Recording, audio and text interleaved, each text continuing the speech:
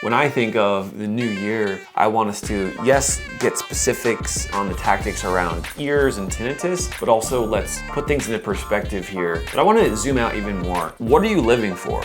What are your values? What makes you excited? Is it spending time with your family? Is it living a longer life? Is it focusing on your cognitive health? Specific individual goals are what matters. Human connection is probably the most valuable thing. Communication with people that we care about. So, hello tinnitus community, let's talk about the new year. What exactly are you going to do to be the best version of yourself? Your health, your mindset, your habits, your behaviors, your family, your stress, all of that dictates your tinnitus and your ear health. Everyone out there who's listening has tinnitus or hearing loss. These are chronic conditions where they're not like a broken arm where it's healed and I never think about it again. These are things that we manage, things that we are proactive about. So let's jump straight into fundamentals of new year, new you. I would argue that the majority of my patients would say that their number one New Year's resolution in terms of tinnitus management is to help improve their sleep. And I don't know about the patients you talk to, but about 90% of my patients, arguably maybe more than that, say, Dr. Tricia, I have a hard time falling asleep, staying asleep, or waking up in the middle of the night because of my tinnitus. And sleep is so critical to our overall well-being. Even if you don't have tinnitus, sleep, that's our time when our body gets to rest, it gets to repair itself.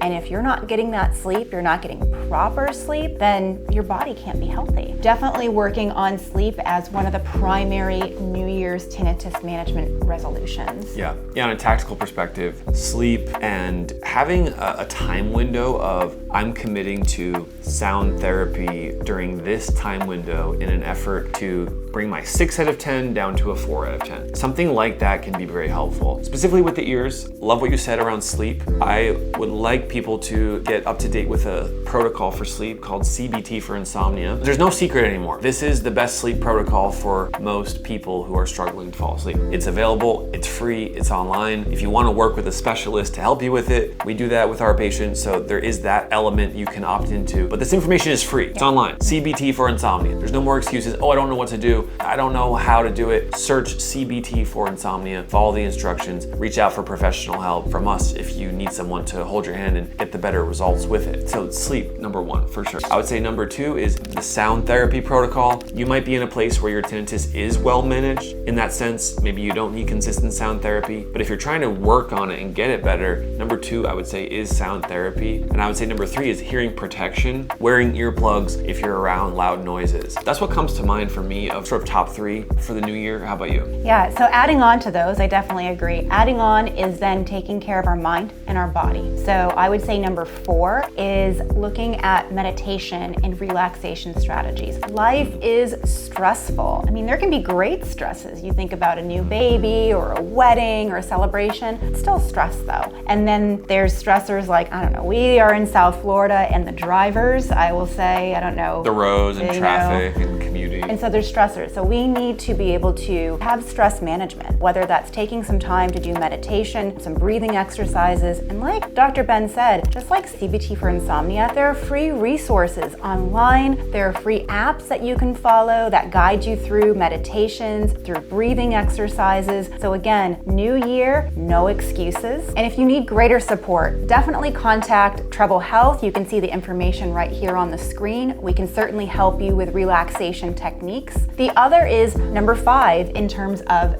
physical well-being, exercise. Exercise is key. Going out, and you don't have to be joining CrossFit or something crazy intense. Going for a daily walk, that's so important. I myself love reformer Pilates. I know Dr. Ben's really into, is it HIIT classes? Yeah, group exercise classes, a little weight-bearing exercise. All of this can also help with helping you get into a routine, a sleep routine, but also in terms of your tinnitus. Studies have shown the more physically active you are and having this regular activity can help you be less aware of your tinnitus and have better tinnitus management overall. Well, Well, I think 2026 is really the opportunity for all of us to live closer to what we are truly desiring in life. That's what New Year's goals are. They're an opportunity to say, hey, ancient people, our ancestors created this thing called a calendar, and every year we flip it and it gets a new number. And suddenly that means I'm a little more open-minded of, maybe I can approach this year differently. One thing that personally I found in the past few years is a shift from New Year's resolutions of changing behaviors and actually just planning really fun things on my calendar. And the downstream effects of that are I'm feeling a lot happier.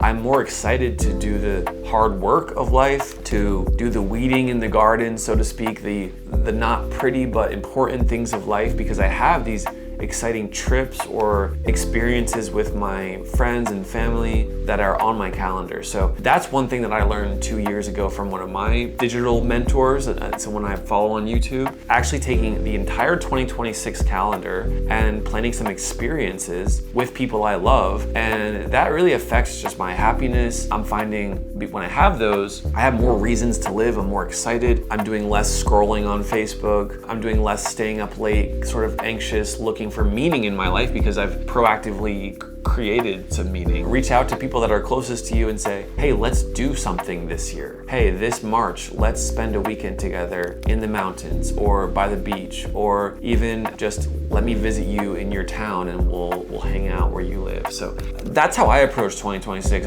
I think that has huge impacts that are hard to quantify, really. Yeah, and I'm a huge traveler, so I love that idea. I mean, that's actually how I live my life, is really trying to schedule these experiences out so I have something to look forward to.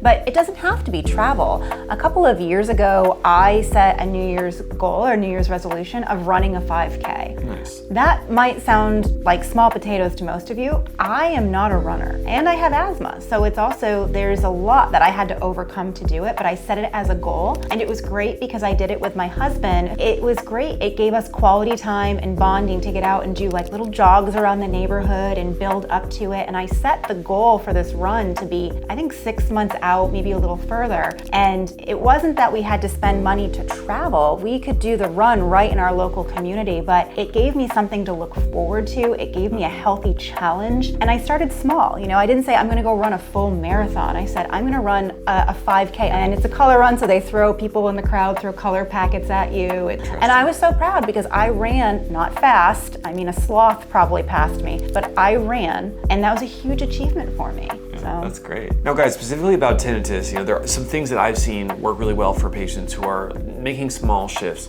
Exercise, spending more time with friends, turning off electronics in the evening. If we just look at like the average day of someone, okay, you have the food you eat, you have when you're going to sleep, are you exercising, are you spending time with other humans in a social capacity, what media are you looking at or watching, are you just taking in direct fear from TV, are you watching or reading things that are uplifting or make you feel good, or is everything you're watching on TV or Facebook sort of making you feel icky or uncomfortable because there's so many bad things in the world that are being shown on them? I'm just sharing some of the things that patients have told me over the years of little modifications they've made. Oh, I stopped going on the Reddit forums for tinnitus.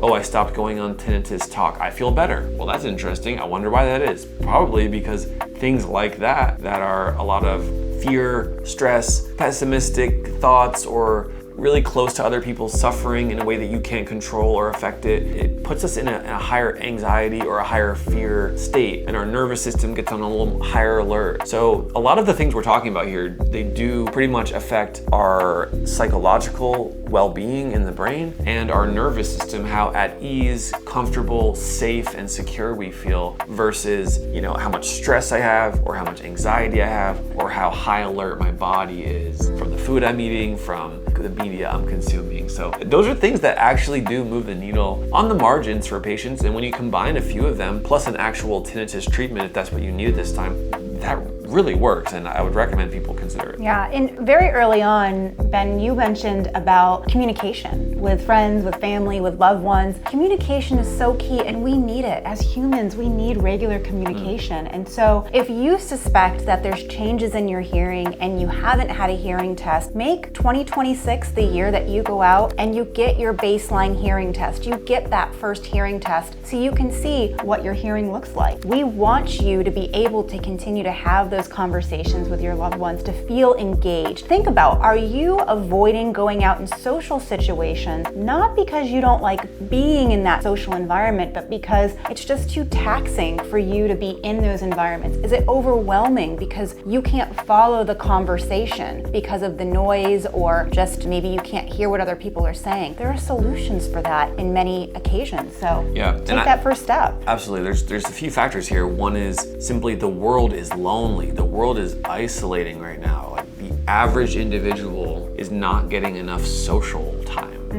Me included. I mean, it's a problem that's the default now. We have to create more of a social life. The default is isolation, on my phone, on my computer, watching TV, staying at home. So I need to create energy and momentum to have that social connection, which it is a pillar of healthy aging, of keeping cognitive health, keeping the brain healthy. So if it's your family, if it's a phone call, a FaceTime, going to a social club, trying something new, those things are really key. We're talking to our community here. A lot of you guys have tinnitus. Many of you guys have hearing loss. Some people have significant hearing loss. So yeah, you need to hear them well to be able to even enjoy those situations. So that's a really key thing for 2026. I feel like for so many people out there, connecting with others, and watch how much happier you feel from it. And sometimes there's a misconception when I start talking about the socialization with my tinnitus patients. It's saying, we got to get you out there. Let's get you out of the house. Let's get you into an environment with other people. Sometimes they'll push back and say, I'm concerned about a noisy environment impacting my tinnitus. Well, guess what? There are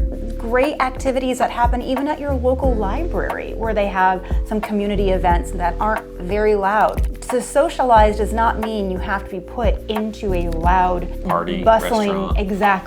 Exactly. So yeah, concert, party, restaurant. Those are loud, and you should have earplugs that you can use if it's too loud. Totally agree with that. 2026, what's it going to be for you guys? Let us know in the comments. Seriously, think about this. Pause the video, think about this for a few minutes. What is one sentence that you can write in the comments of what is your goal, or not what you could do, but what you will do in 2026? Let's see that below. I will blank in 2026. We want to see it. We'll be responding to those comments. Let's start the year off fresh. And one thing I love to do in the new year, did this growing up, grew up in New England, is the polar plunge, also called the penguin plunge, where on January 1st every year, not everyone, some people in the town that I grew up in, we would meet in the town center by the water, in the beach, in the ocean, and we would all go into the ocean on January 1st in New England, where the air temperature is around 30 degrees, the water temperature is like 38 degrees.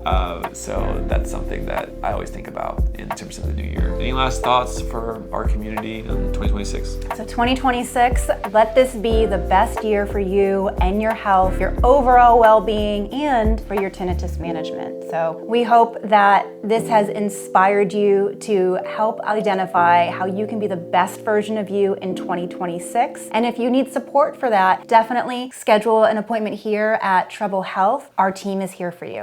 Thanks, guys. Thanks. Happy New Year.